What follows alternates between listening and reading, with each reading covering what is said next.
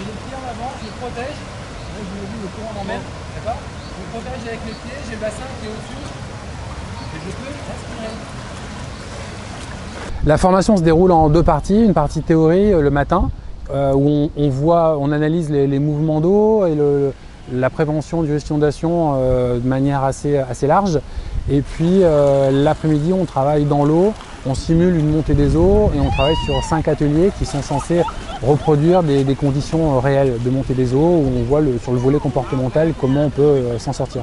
Le ressenti des stagiaires, il faut leur demander, mais au regard des fiches d'évaluation qu'on vient de remplir, bon, le ressenti est très positif. Je pense qu'ils ont bien compris ce qu'on pouvait attendre d'eux, ils ont bien compris les objectifs également de la formation, c'est comment surtout ne pas se mettre en danger. Le retour des agents est très positif, puisque ça leur permet de se rendre compte des différents dangers en cas d'inondation.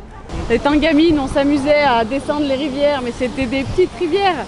Mais si une inondation se met en place et qu'effectivement ça peut être intéressant de voir les siphons, de se dire on va se mettre plus loin ou justement au contraire pas y aller. Nous apprenons aussi les différents gestes appropriés en cas d'intervention. Nous on intervient souvent lorsqu'il y a des inondations. C'est vrai qu'un jour ça pourrait nous servir.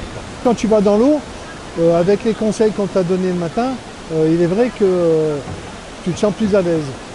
Le moniteur étant avec nous, donc il nous fait voir le déplacement dans l'eau, tout de suite ça te rassure. Après, au fil des exercices, c'est vrai que tu sens la pression arriver, non seulement la pression de l'eau, mais bon, tu sens que tu n'es pas trop rassuré, n'empêche, parce que le courant te pousse, tu n'es pas stable dans l'eau, alors bon, tu te dis bon, est-ce que ça va passer, est-ce que ça va pas passer, est-ce que je vais me faire emporter ou pas.